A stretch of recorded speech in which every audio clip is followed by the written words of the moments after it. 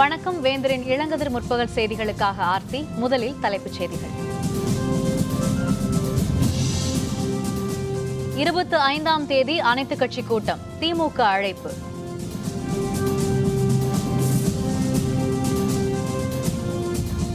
காஷ்மீரில் பாகிஸ்தான் மீண்டும் அத்துமீறல், எல்லையில் நடமாடிய உளவாளி கைது.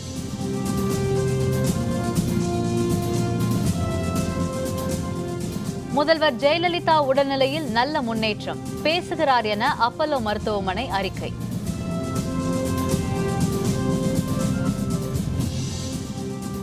காவிரி மேலாண்மை வாரியம் அமைக்க சட்ட ரீதியாக தடையில்லை, குடியரசுத் தலைவர் கூறியதாக வைகோ தகவல்.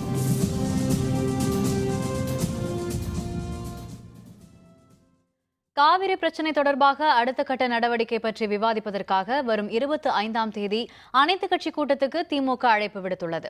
காவிரி பிரச்சினைக்காகவும் காவிரி மேலாண்மை வாரியம் அமைக்க வலியுறுத்தியும் திமுக உள்ளிட்ட அனைத்து கட்சிகள் சார்பாக தமிழகம் முழுவதும் ரயில் மறியல் போராட்டம் நடத்தப்பட்டது. தமிழகத்தில் முதல்வர் பொறுப்பில் ஓ பன்னீர்செல்வத்தை திமுக பொருளாளரும் சட்டப்பேரவை எதிர்க்கட்சித் தலைவருமான மு.க.ஸ்டாலின் சந்தித்து காவிரி தொடர்பாக அனைத்துக் கட்சி கூட்டத்தை கூட்ட கோரிக்கை விடுத்தார். இதைத் தொடர்ந்து தற்போது வரும் 25ஆம் தேதி அனைத்துக் கட்சி கூட்டத்துக்கு திமுக அழைப்பு விடுத்துள்ளது. அனைத்து கட்சிகள், வணிகர் சங்கங்கள் இந்த கூட்டத்தில் பங்கேற்கும்படி திமுக சார்பில் அழைப்பு விடுக்கப்பட்டுள்ளது.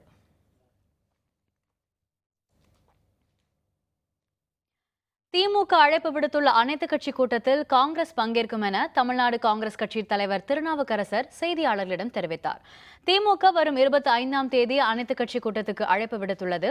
அனைத்துக் கட்சி தலைவர்கள், விவசாய சங்கங்களின் பிரதிநிதிகள் இதில் பங்கேற்க வருமாறு சட்டப்பேரவை எதிர்க்கட்சித் தலைவர் ஸ்டாலின் அழைப்பு விடுத்துள்ளார். இந்நிலையில் சென்னை விமான நிலையத்தில் செய்தியாளர்களுடன் பேசிய தமிழ்நாடு காங்கிரஸ் கட்சியின் தலைவர் திருநாவுக்கரசர் திமுக நடத்தும் அனைத்துக் கட்சி கூட்டத்தில் காங்கிரஸ் பங்கேற்கும் என தெரிவித்தார். மேலும் முதல்வர் ஜெயலலிதா குணமடைந்து வருவது மகிழ்ச்சி அளிப்பதாகவும் அவரை பற்றி வதந்தி பரப்பப்படுவது கடும் கண்டனத்திற்குரியது எனவும் திருநாவுக்கரசர் தெரிவித்துள்ளார். எதிர்க்கட்சி தலைவர் திரு ஸ்டாலின் அவர்கள் ஒரு அனைத்து கட்சி கூட்டத்திற்கு 25ஆம் தேதி காலையில் 10:30 மணிக்கு எல்லோரையும் அழைத்துள்ளார். அந்த கூட்டத்தில் காங்கிரஸ் சார்பில் நான் பங்கேற்கிறேன், காங்கிரஸ் பங்கேற்கிறது. அதிலே மேற்கொண்டு என்ன செய்ய வேண்டும் என்பது குறித்து அந்த கூட்டத்தில் முடிவு செய்வோம். முதல்வர் ஜெயலலிதாவின் உடல்நிலையில் படிப்படியாக நல்ல முன்னேற்றம் ஏற்பட்டு வருவதாகவும் மற்றவர்களுடன் பேசுவதாகவும் அப்பல்லோ மருத்துவமனை அறிவித்துள்ளது. உடல்நலக்குறைவு காரணமாக சென்னை அப்பல்லோ மருத்துவமனையில் அனுமதிக்கப்பட்ட முதல்வர் ஜெயலலிதாவுக்கு 31வது நாளாக சிகிச்சை அளிக்கப்பட்டு வருகிறது. முதல்வர் உடல்நிலை பற்றி அறிக்கை ஒன்றை நேற்று மாலை அப்பல்லோ மருத்துவமனை வெளியிட்டது. முதல்வர் ஜெயலலிதாவுக்கு தொடர்ந்து சிகிச்சை அளிக்கப்பட்டு வருகிறது என்றும் முக்கியமான அனைத்து செயல்பாடுகளும் கண்காணிக்கப்படுவதாகவும் சுவாசத்துக்கான உதவி அளிக்கப்படுவதுடன் இயன்முறை சிகிச்சையும் அளிக்கப்பட்டு வருகிறது என்றும் அறிக்கையில் தெரிவிக்கப்பட்டுள்ளது.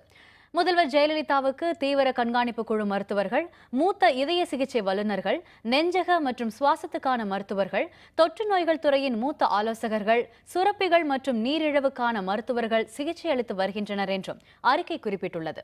சத்துக்கள் மற்றும் ஊட்டச்சத்துள்ள உணவுகளும் அளிக்கப்பட்டு வருகின்றன என்றும் அப்பல்லோ நிர்வாகம் தெரிவித்துள்ளது. மேலும் மற்றவர்களுடன் முதல்வர் பேசுகிறார் என்றும் உடல்நிலையில் படிப்படியாக முன்னேற்றம் ஏற்பட்டு வருகிறது என்றும் அறிக்கையில் அப்பல்லோ மருத்துவமனை தெரிவித்துள்ளது. முதல்வர் ஜெயலலிதாவின் உடல்நிலை பற்றி கடந்த 10ஆம் தேதிக்கு பிறகு நேற்று அதிகாரப்பூர்வமான அறிவிப்பை அப்பல்லோ மருத்துவமனை வெளியிட்டுள்ளது.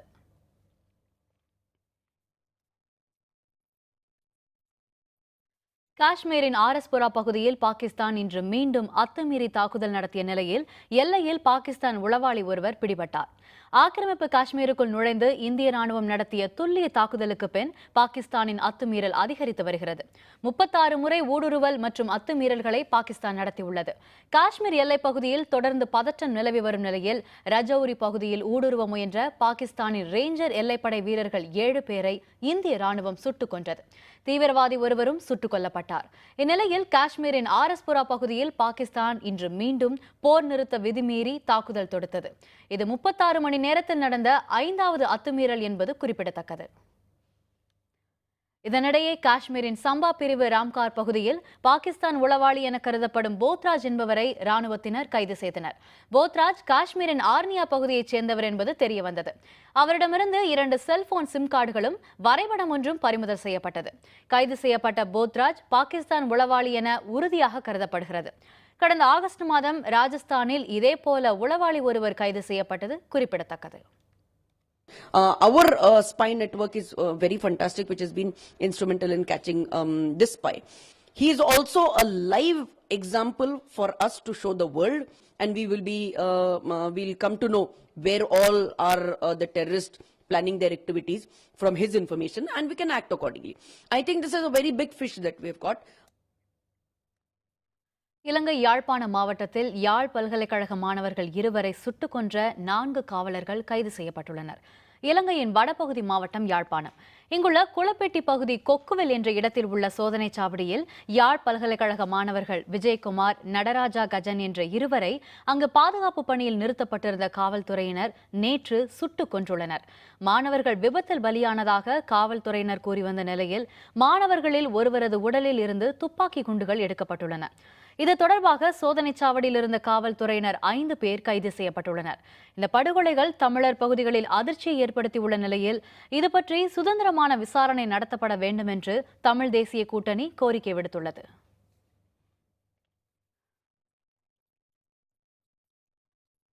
உத்தரப்பிரதேசத்தில் ஆளும் சமாஜ்வாதி கட்சியில் நிலவும் உட்கட்சி பூசலால் மாநில முதல்வர் அகிலேஷ் யாதவ் கட்சி நிர்வாகிகள் கூட்டத்தை புறக்கணித்தார்.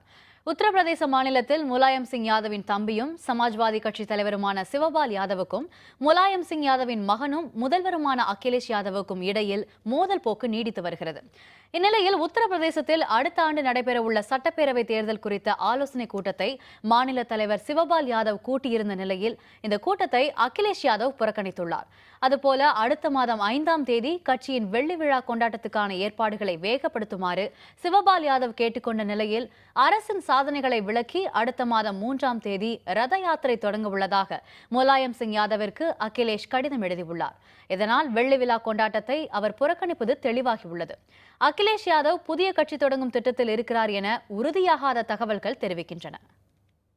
जिस तरह से ये परिवार का ड्रामा बना रखा है मुलायम सिंह एंड कंपनी ने, उससे ये साबित हो गया है कि उत्तर प्रदेश की जनता की इनको कतई चिंता नहीं है। बेरोजगार नौजवान दर दर भटक रहे हैं, बलात्कार हुई महिलाओं को न्याय नहीं मिल रहा है। जनता की इसमें कतई रुचि नहीं है, उनसे छुटकारा चाहती है. காவிரி மேலாண்மை வாரியம் அமைக்க சட்ட ரீதியாக எந்த தடையும் இல்லை என குடியரசுத் தலைவர் பிரணாப் முகர்ஜி கூறியதாக மதிமுக பொதுச் செயலர் வைகோ தெரிவித்துள்ளார். மக்கள் நல கூட்டணி சார்பில் மதிமுக பொதுச் செயலர் வைகோ, இந்திய கம்யூனிஸ்ட் கட்சியின் மூத்த தலைவர் டி ராஜா, மார்க்சிய கம்யூனிஸ்ட் மாநில செயலர் ஜி ராமகிருஷ்ணன், விடுதலை சிறுத்தைகள் கட்சித் தலைவர் தொல் திருமாவளவன் உள்ளிட்டோர் தில்லியில் நேற்று குடியரசுத் தலைவரை சந்தித்தனர். காவிரி விவகாரத்தில் குடியரசுத் தலைவர் தலையிட வேண்டும் என்று வலியுறுத்தி அவர்கள் குடியரசுத் தலைவரிடம் மனு அளித்தனர். பின்னர் சென்னை திரும்பிய வைகோ விமான நிலையத்தில் செய்தியாளர்களுடன் பேசினார். அப்போது காவிரி மேலாண் வாரியம் அமைக்க சட்ட ரீதியாக எந்த தடையும் இல்லை என்றும் மேகதாது அணை குறித்த கோப்புகளை பார்வையிடுவதாக பிரணாப் முகர்ஜி கூறியதாகவும் வைகோ தெரிவித்தார். குடியரசுத் தலைவர் அவர்களை காவிரி நதிநீர் பிரச்சனை குறித்து சந்தித்தோம். கர்நாடக அரசு உச்சநீதிமன்ற தீர்ப்பையே மதிக்கவில்லை என்பதால் மேலாண்மை வாரியம் அமைக்க வேண்டும் என்று உச்சநீதிமன்றம் கூறியதற்கும் கூட முகுல் ரோத்தகி ஒப்புக்கொண்டார் அட்டர்னி ஜெனரல். பின்னர் முடியாது என்று உச்சநீதிமன்றத்திலே மறுத்துவிட்டார் என்ற போது அரசியல் சட்ட ரீதியாக அப்படி அமைக்க முடியாதா, தடையேதாவது இருக்கிறதா என்று கேட்டபோது அப்படி தடையேதும் இல்லை என்று தலையை அசைத்தவாறு தன் கருத்தை பதிவு செய்தார் ஜனாதிபதி அவர்கள். மேட்டூர் நீர்மட்டம் 57 அடியாக சரிவு, பாசனத்துக்கு நீர் திறப்பதில் சிக்கல். விவரம் விளம்பர இடைவேளைக்கு பிறகு.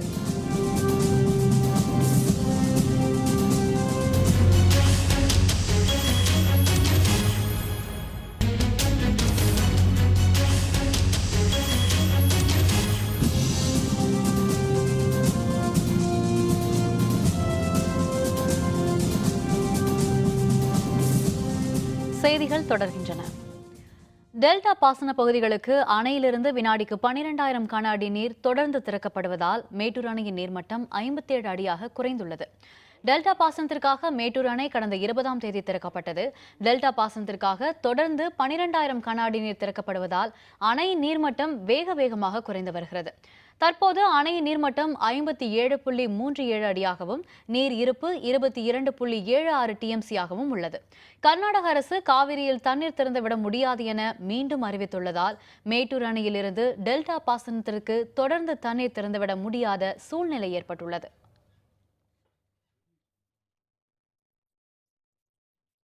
கோயம்புத்தூர் பெரிய தடாகம் பகுதியிலிருந்து சாடிவயல் யானைகள் முகாமிற்கு கொண்டு செல்லப்படும் உடல் நலிவுற்ற காட்டு யானைக்கு தொடர் சிகிச்சை அளித்த பின்னரே அதை காட்டில் விடுவது குறித்து முடிவு செய்யப்படும் என வனத்துறை அலுவலர்கள் தெரிவித்தனர். கோவையை ஒட்டிய பெரிய தடாகம் சிட்டப்பெருக்கி பள்ளம் வனப்பகுதியில் 30 வயது மதிக்கத்தக்க பெண் யானை ஒன்று உடல்நலக்குறைவு காரணமாக 3 நாட்களுக்கு முன் கீழே விழுந்து கிடந்தது. தகவல் அறிந்த வனத்துறையினர் பாதிக்கப்பட்ட காட்டு யானைக்கு 2 நாட்களாக மருத்துவர் மனோகரன் தலைமையில் தீவிர சிகிச்சை அளித்தனர். இந்நிலையில் நேற்று முன்னாள் இரவு யானை எழுந்து வனப்பகுதிக்குள் நடந்து சென்றது. இதனால் வனத்துறையினரும் பிறரும் நிம்மதியடைந்த நிலையில் 6 கிலோமீட்டர் நடந்து சென்ற யானை மீண்டும் கீழே விழுந்துவிட்டது. யானை விழுந்து கிடப்பது பற்றி காலையில் தகவல் அறிந்த வனத்துறை மருத்துவ குழுவினர் 3வது நாளாக யானைக்கு சிகிச்சை அளித்தனர். இதையடுத்து வயிற்று பிரச்சனையால் பாதிக்கப்பட்டுள்ள அந்த யானையை சாடிவயல் யானைகள் முகாமிற்கு கொண்டு செல்ல வனத்துறை மருத்துவ குழுவினர் முடிவு செய்தனர். உயர் அலுவலர்கள் அனுமதி பெற்று கிரெயின் மூலம் யானையை தூக்கி லாரியில் இருத்தி சாடிவயல் முகாமிற்கு வனத்துறையினர் கொண்டு சென்றனர். நோயால் பாதிக்கப்பட்ட யானைக்கு முழுமையான சிகிச்சையும் வைட்டமின் மருந்துகளும் தரப்பட்டு வருவதாகவும் யானை முழு குணமடைந்த பின்னரே வனப்பகுதியில் விடுவது பற்றி முடிவு செய்யப்படும் என்றும் வனத்துறை அலுவலர்கள் தெரிவித்தனர்.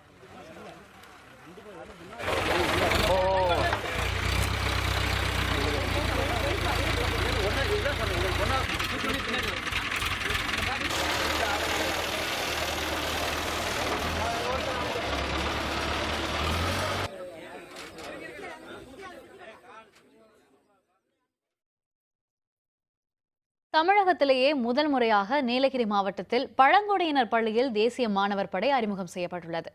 உதகை அருகே உள்ள நஞ்சநாடு கிராமத்தில் மத்திய அரசின் நிதியுதவியுடன் ஏகலைவா பழங்குடியினர் உண்டு உறைவிட பள்ளி கடந்த மாதம் தொடங்கப்பட்டது.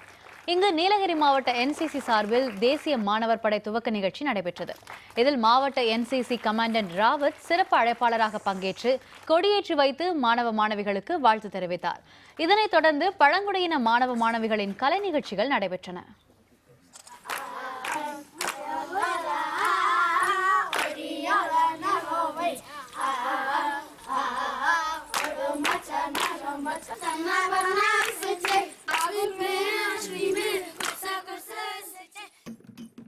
The first tribal school, NCC in the first tribal school, this is I think the first school which is being opened under your this thing. Yes.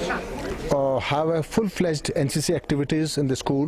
That is the drill, weapon training, and the map reading, and various other NCC related activities. I hope maybe in coming years you will find a full-fledged contingent of NCC cadets, both boys and girls, from the school performing well. தமிழகத்தில் உள்ள பழங்குடியின பள்ளிகளில் முதன்முறையாக ஏகலைவா மாதிரி பள்ளி உதகையில் NCC unit army unit துவங்கப்பட்டுள்ளது. NCCயில் இருக்கிறப்போ மாணவர்களோட கான்ஃபிடன்ஸ் லெவல் இன்க்ரீஸ் ஆகும். அவங்க ஒரு நல்ல குடிமக்களாக வளர்றதுக்கு வாய்ப்புகள் உருவாகுது. தமிழக பள்ளிகளிலே பழங்குடியின பள்ளிகளில் முதல் முறையாக நம்ம இதை துவக்கியிருக்கோம். தேனி மாவட்டம் காமாக்காப்பட்டியில் உள்ள நாகர்வள்ளி கால்வாயை சீரமைக்கும் பணிகள் கிடப்பில் போடப்பட்டுள்ளதால் விவசாயிகள் கவலையடைந்துள்ளனர். தேனி மாவட்டம் காமாக்காப்பட்டியில் உள்ள நாகர்வள்ளி கால்வாய் மஞ்சளாறு அணையின் முக்கிய கால்வாயாக உள்ளது. இங்கிருந்து பெறப்படும் நீரால் 500 ஏக்கர் பரப்பளவில் சாகுபடி செய்யப்படுகிறது. இதனிடையே இந்த கால்வாயை 4 கிலோமீட்டர் தொலைவுக்கு சிமெண்ட் கால்வாயாக மாற்ற அரசு உத்தரவிட்டிருந்தது. இதில் 3 கிலோமீட்டர் தொலைவுக்கு மட்டுமே சிமெண்ட் கால்வாய் அமைக்கப்பட்டுள்ளதாகவும் எஞ்சிய பணிகள் கிடப்பில் போடப்பட்டுள்ளதாகவும் விவசாயிகள் தெரிவிக்கின்றனர். 1.5 கோடி ரூபா மதிப்பீட்டில் கட்டப்பட்ட இந்த வாய்க்காலில் ஏறத்தாழ ஒரு 25 லட்சம் ரூபா மதிப்பீட்டில் தான் அந்த வேலை என்பது நடந்திருக்கு. 4 இன்ச்சு கணம் வச்சு கட்ட வேண்டிய அந்த வேலையை 1 இன்ச்சு கூட இல்லாத அளவுக்கு கட்டியிருக்கு. குவாரியில் இருக்கக்கூடிய அந்த கருப்பு மண்ணை கொண்டு வந்து போட்டு பூசி அது தரம் இல்லாமல் வச்சிருக்கு. இந்த நவம்பர் மாதத்துக்குள்ள இந்த வேலைகளை செஞ்சு எங்களுக்கு வாய்க்காலை சரி பண்ணி கொடுக்கலன்னா இது மழை காலத்தில் தண்ணி வரும்போது எங்களுக்கு கடமடைக்கு தண்ணி சேராது. அரசு அதிகாரிகளும் கான்ட்ராக்டுக்காரரும் சேர்ந்து ஒரு போலித்தனமான வேலையை செஞ்சு ரொம்ப ஒரு 1/2 இன்ச்சு கணத்தில் அப்படியே லேசாக சிமெண்ட் காரையை போட்டு பூச்சி வெறும் மண்ணை வச்சு கட்டி இப்போயே டேமேஜ் ஆயிடுச்சு. இன்னும் ஒரு மாதத்துக்கு மழை காலம் இருக்குது. அந்த மழை காலம் பெஞ்சுன்னா பூராமே டேமேஜ் ஆகி வாய்க்காலாம் இடிஞ்சு தூந்து போய் மூடிடும். மூடி விவசாயிகளுக்கு தண்ணியே வராது. புதுக்கோட்டை மாவட்டத்தில் மலர்கள் அதிக அளவு சாகுபடி செய்யப்படும் நிலையில் அங்கு வாசனை திரவிய தொழிற்சாலை அமைத்து தர வேண்டும் என விவசாயிகள் அரசுக்கு கோரிக்கை விடுத்துள்ளனர். புதுக்கோட்டை மாவட்டத்தில் கீரமங்கலம், கொத்தமங்கலம், வடகாடு உள்ளிட்ட பகுதிகளில் மல்லிகை, முல்லை, கனகாம்பரம் உள்ளிட்ட பல்வேறு வகையான மலர்கள் அதிக அளவில் சாகுபடி செய்யப்படுகின்றன. திருநாள் காலங்களை தவிர்த்து மற்ற நாட்களில் மலர்களுக்கு உரிய விலை கிடைப்பதில்லை என கூறும் விவசாயிகள் மலர்களின் விலை உயர்வால் வணிகர்கள் மட்டுமே லாபமடைந்து வருவதாக தெரிவிக்கின்றனர்.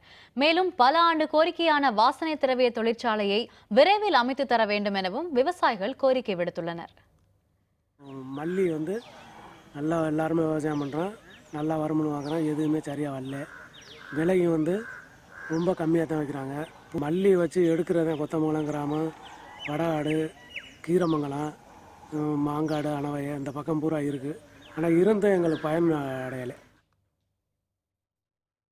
பெரம்பலூர் மாவட்டம் ஆலத்தூர் வட்டம் டி களத்தூரைச் சேர்ந்த விவசாயி ஒருவர் அரிய வகை மூலிகைகளை வளர்ப்பதில் ஆர்வம் காட்டி வருகிறார்.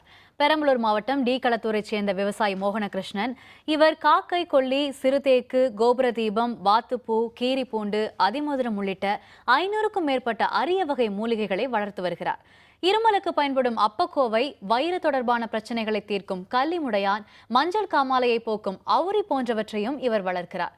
மழை பொய்த்து போகும் காலத்திலும் இந்த அரிய மூலிகைகளை அழியாமல் காத்து வரும் மோகனகிருஷ்ணன் பாரம்பரிய மூலிகைகள் அழியாமல் காக்க அரசு நிதி வழங்க வேண்டும் என கோரிக்கை விடுக்கிறார். தாவரங்களை பாதுகாக்கிறது இந்த காலத்தில் யாரும் இல்லைன்னு நினச்சிட்டு அப்புறம் நான் அதில் ஈடுபட்டு எல்லா தாவரங்களும் ஒன்று கூட அழியக்கூடாது இருக்கணும் அப்படிங்கிறதுக்காக மருந்தோ உரமோ போடாமல் பூர்வமாக பண்ணிகிட்ருக்கோம். சப்போர்ட் பண்ணி இதெல்லாம் அழிஞ்சிட்டு போதே இந்த மாதிரி ஆர்வம் மூலங்க யாராவது தேடி கண்டுபிடிச்சி அவங்க ஏதாவது செஞ்சாங்கன்னா இது மற்றவங்களுக்கும் பயனாகும். கேமரூன் நாட்டில் ரயில் விபத்து, 55 பேர் பலி, 575 பேர் காயம். விவரம் விளம்பர இடைவேளைக்கு பிறகு.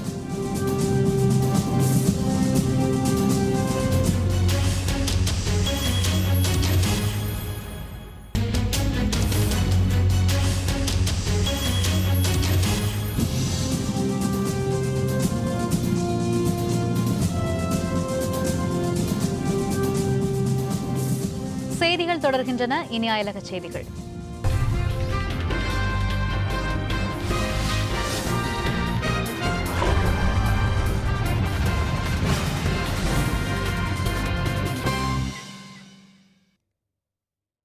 மத்திய ஆப்பிரிக்க நாடான கேமரூனில் ரயில் தடம் புரண்ட விபத்து ஏற்பட்டதில் பெண்கள், குழந்தைகள் உட்பட 55 பேர் பலியானார்கள். 575 பேர் காயமடைந்தனர். கேமரூன் நாட்டில் தலைநகர் யயான், துறைமுக நகரமான டவலா இடையே தற்போது சாலை பழுதடைந்துள்ளது. இதனால் இந்த இரு நகரங்களுக்கு இடையே ஓடும் இன்டர்சிட்டி ரயிலில் பயணிகள் அதிக அளவில் பயன்படுத்தி வருகிறார்கள். இந்த நிலையில் தலைநகர் யயான்ட்டிலிருந்து பல நூறு பயணிகளுடன் புறப்பட்ட இன்டர்சிட்டி ரயில் 120 கிலோமீட்டர் தொலைவில் தடம் புரண்டது. அதில் பெண்கள், குழந்தைகள் உட்பட 55 பேர் பலியானார்கள். 575 பேர் காயமடைந்தனர். ரயில் பெட்டிக்குள் சிக்கிய 14 பயணிகள் கடும் போராட்டத்திற்கு பின் மீட்கப்பட்டனர். ரயிலில் அதிக அளவில் பெட்டிகள் சேர்க்கப்பட்டதே விபத்துக்கு காரணம் என கூறப்படுகிறது. மீட்பு பணி அங்கே தொடர்ந்து நடந்து வருகிறது.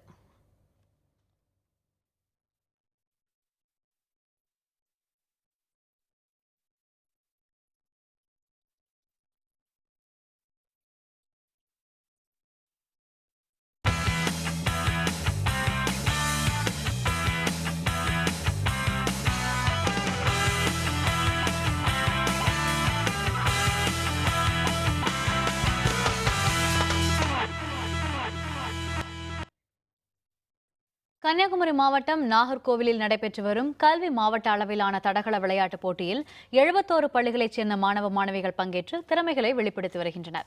கிராமப்புற பள்ளி மாணவ மாணவிகளுக்கு விளையாட்டில் ஆர்வத்தை ஏற்படுத்தும் வகையில் ஒவ்வொரு ஆண்டும் கல்வி மாவட்ட அளவிலான விளையாட்டுப் போட்டிகள் நடத்தப்படுகின்றன. நாகர்கோவில் கல்வி மாவட்ட விளையாட்டுப் போட்டிகள் அண்ணா விளையாட்டு அரங்கில் நடைபெற்று வருகின்றன. நீளம் தாண்டுதல், உயரம் தாண்டுதல், ஓட்டப்பந்தயங்கள் உள்ளிட்ட பல்வேறு தடகள போட்டிகளில் 71 பள்ளிகளைச் சேர்ந்த 400க்கும் மேற்பட்ட மாணவ மாணவிகள் பங்கேற்று விளையாடினர். இப்போட்டியில் வெற்றி பெறும் வீரர், வீராங்கனைகளுக்கு பதக்கங்களும் சான்றிதழ்களும் வழங்கப்பட உள்ளன. 409 மாணவ மாணவிகள் பங்கு கொள்கிறார்கள். 71 பள்ளிகள் கலந்து கொண்டன. வெற்றி பெறும் மாணவர்கள் அடுத்து நடைபெறும் மாவட்ட அளவிலான டிவிஷனல் கலந்து கொள்ள வரும் 8ஆம் தேதி நவம்பர் 8ஆம் தேதி நடைபெறுகின்றது.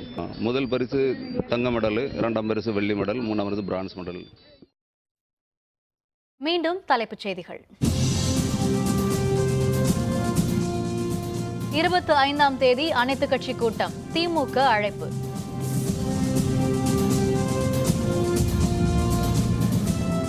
காஷ்மீரில் பாகிஸ்தான் மீண்டும் அத்துமீறல், எல்லையில் நடமாடிய உளவாளி கைது. முதல்வர் ஜெயலலிதா உடல்நிலையில் நல்ல முன்னேற்றம், பேசுகிறார் என அப்பல்லோ மருத்துவமனை அறிக்கை. காவிரி மேலாண்மை வாரியம் அமைக்க சட்ட ரீதியாக தடையில்லை, குடியரசுத் தலைவர் கூறியதாக வைகோ தகவல். இத்துடன் வேந்தரின் இளங்கதிர் முற்பகல் செய்திகள் நிறைவடைந்தன. மீண்டும் பகல் 1:30 மணிக்கு வேந்தரின் உச்சிவேளை பகல் செய்திகளில் சந்திப்போம். வணக்கம்.